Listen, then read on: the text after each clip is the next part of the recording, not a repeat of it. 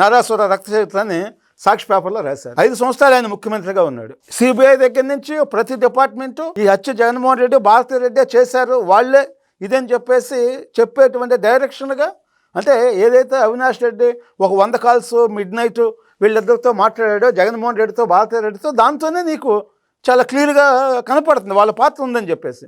మరి అలాంటి పరిస్థితుల్లో మరి దాని మీద రాశారు. ఇవాళ మనం ప్రెస్ కౌన్సిల్ ఎన్ని ఉన్నాయి మనం చూస్తున్నాం. ఏ అయితే తప్పుడు వార్తలు రాశారో అది ఏ పేపర్ అయినా ఏ టీవీ ఛానల్ అయినా దాని మీద యాక్షన్ తీసుకోండి, ముందు దాన్ని సీజ్ చేయండి. ఎందుకంటే రాష్ట్రంలో ఒక అరాచకాన్ని సృష్టించడానికి, కులాల మధ్య మతాల మధ్య ప్రాంతాల మధ్య చిచ్చు పెడతానికి జగన్మోహన్ రెడ్డికి 24 గంటలు అదే యాక్టివిటీలో ఉన్నాడు. మరి కొన్ని వేల మంది ఈ డిజిటల్ మీడియా యాక్టివిటీలో కూడా వాళ్ళందరినీ కూడా సోషల్ మీడియా వాళ్ళందరితో కూడా మీటింగ్స్ పెట్టుకుని ఆ వింగ్తో మీరందరూ కూడా తప్పుడు ప్రచారం చేయండి, పవన్ కళ్యాణ్ మీద చేయండి, లోకేష్ మీద చేయండి, చంద్రబాబు నాయుడు గారి మీద చేయండి అని చెప్పేసి ఇవన్నీ కూడా వాళ్ళకి టార్గెట్ ఫిక్స్ చేస్తున్నాడు. మరి గతంలో అనేక మందిని పట్టుకున్నారు.